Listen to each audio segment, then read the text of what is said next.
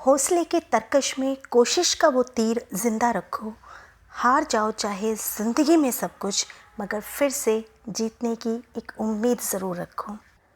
आज मैं आपको एक ऐसे युवक की कहानी सुनाने जा रही हूँ जिसकी ज़िंदगी सिर्फ एक फूलदान से बदल गई।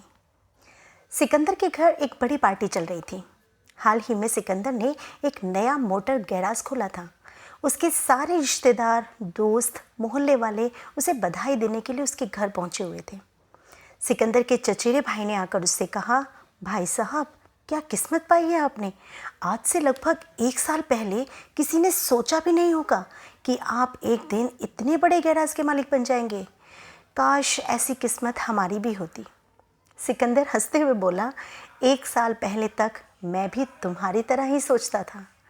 फिर एक चमत्कार ने मेरी ज़िंदगी बदल दी। चचेरा भाई बड़ा आश्चर्यचकित हुआ। उसने भाई से पूछा, कैसा चमत्कार? ऐसा क्या हुआ भैया जिसने आपकी ज़िंदगी बदल दी? सिकंदर बोला, 1 साल पहले तक मैं भी अपनी किस्मत को रोता था। कोई मेरे घर आना नहीं चाहता था। घर का हर कोना मकड़ी के जालों और छिपकलियों से भरा हुआ था। कोई रिश्तेदार गलती से आ भी जाए तो मिनटों में भाग जाता था। मैं हर चीज़ को गरीबी के चश्मे से ही देखता था और खुद को हमेशा कोसता रहता था। फिर एक दिन चाय की दुकान के पास मुझे एक फूलदान पड़ा हुआ मिला। इसी फूलदान ने मेरी ज़िंदगी बदल दी। भाई ने पूछा, एक फूलदान कैसे किसी की ज़िंदगी बदल सकता है? सिकंदर बोला, वह फूलदान इतना सुंदर था कि मुझसे रहा ही नहीं गया, तो मैं उसे घर लेकर आया। रात दिन मैं उसे निहारता रहता था। घर में उसे रखने की जगह नहीं थी। उसे रखने के लिए मैंने घर का सारा कचरा बाहर कर दिया। अगले ही दिन देखा, फूलदान के पास एक मकड़ी जाला बुन रही थी। मैंने अपने घर के सारे जाले साफ कर दिए और सारे कीड़े मकोड़ों को घर से बाहर फेंक दिया। फूलदान बिना फूल के बड़ा ही सूना लग रहा था, तो मैं फूल लेने गया, लेकिन मेरे पास पैसे नहीं थे। उसके कारण मैं फूल नहीं ले पाया। उस दिन मैंने उसमें कुछ जंगली फूल डाल दिए। मुझे बहुत अफसोस हुआ इस बात का, बहुत बुरा लगा। इसलिए कुछ पैसों के लिए मैंने छोटे छोटे काम करने शुरू कर दिए। नए फूल आए, घर साफ सुथरा हो गया, थोड़े बहुत पैसे भी आने लगे और मैं उस फूलदान का इतना दीवाना हो गया कि लोगों को किसी न किसी बहाने से वो फूलदान दिखाने के लिए अपने घर बुलाने लगा। धीरे धीरे मेरे रिश्ते सुधरने लगे और लोग मुझ पर विश्वास करने लगे। मुझे काम में मज़ा आने लगा। उस फूल ने दुनिया को देखने का मेरा नज़रिया ही बदल दिया।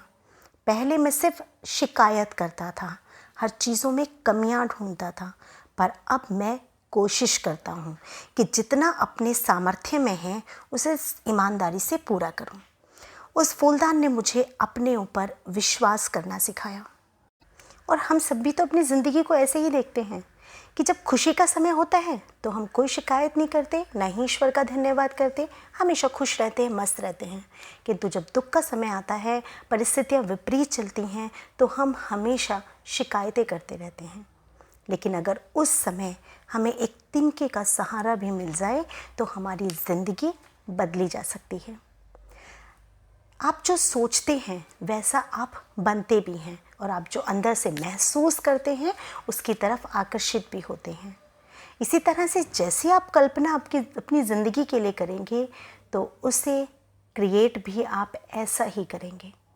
कई बार कुछ कर गुजरने के लिए हमें मौसम नहीं, अपना मन बनाना पड़ता है।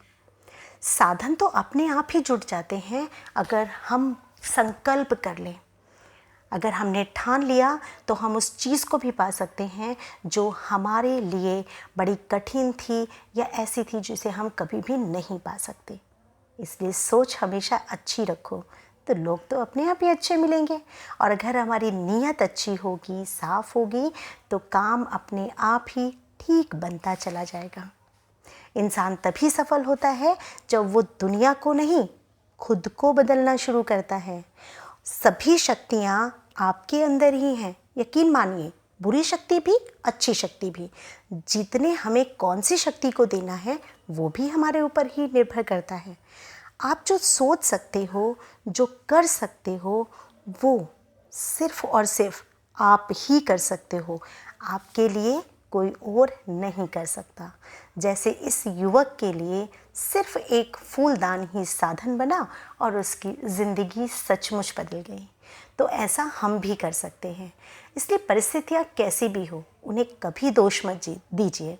हमेशा कोशिश कीजिए कि आप उन परिस्थितियों को बदल सकें, फिर चाहे वो विचार हो, कर्म हो या मनुष्य हो। अगर आपको लगता है कि कुछ गलत है, कहीं पर कुछ खामियां हैं, कुछ कमियां हैं, तो उसमें से अच्छी चीज़ों को ग्रहण करो और जो आपको बुरा लगे या गलत लगे उसका त्याग करते चले जाओ। तो हमेशा अपनी कमियों पर नज़र रखो, उनसे सीखो और आगे बढ़ो। तो बस आप इस चैनल को सब्सक्राइब ज़रूर करें, लाइक करें और इन कहानियों को सुनकर आपको कैसा लगता है, कैसा महसूस होता है, कमेंट करके ज़रूर बताइए। अगले दिन मिलेंगे हम एक और नई कहानी के साथ।